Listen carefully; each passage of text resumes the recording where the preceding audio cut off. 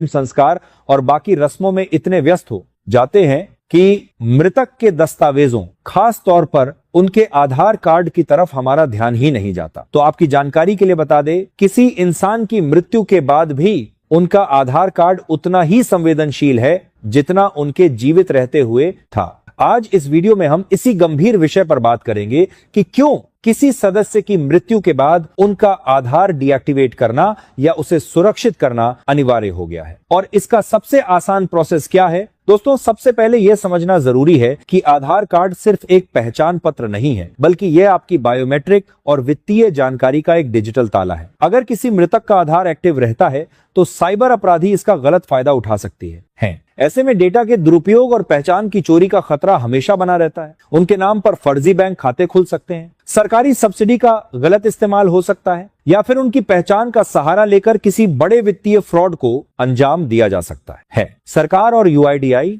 अब इसे लेकर काफी सख्त रुख अपना रहे हैं ताकि उन घोस्ट बेनिफिशियरी को रोका जा सके जो अब इस दुनिया में नहीं है, लेकिन उनके नाम पर सरकारी योजनाओं का लाभ उठाया जा रहा है। अब बात करते हैं उस प्रोसेस की जिसे लेकर अक्सर लोग उलझन में रहते हैं। फिलहाल यूआईडीआई की वेबसाइट पर आधार कार्ड को सीधे डिलीट करने का कोई प्रावधान नहीं है, क्योंकि यह एक स्थायी पहचान संख्या है। लेकिन हालिया अपडेट्स के मुताबिक सरकार एक नई व्यवस्था पर काम कर रही है जिसके तहत जन्म और मृत्यु पंजीकरण को आधार से जोड़ा जा रहा है। इसका मतलब यह है कि जैसे ही मृत्यु प्रमाण पत्र जारी होगा, आधार स्वतः ही ब्लॉक या डीएक्टिवेट करने की प्रक्रिया में चला जाएगा। हालांकि जब तक यह सिस्टम पूरी तरह लागू नहीं होता, तब तक परिवार की जिम्मेदारी बढ़ जाती है। ऐसे में आपको सलाह दी जाती है कि मृतक के आधार को संभाल कर रखें और उसके बायोमेट्रिक्स को लॉक कर दें ताकि उसका कोई गलत इस्तेमाल न कर सके। इसके अलावा आपको यह भी सुनिश्चित करना चाहिए कि मृतक का आधार कार्ड किसी अनजान व्यक्ति के हाथ न लगे। अगर मृतक का आधार किसी पेंशन या सरकारी योजना से जुड़ा था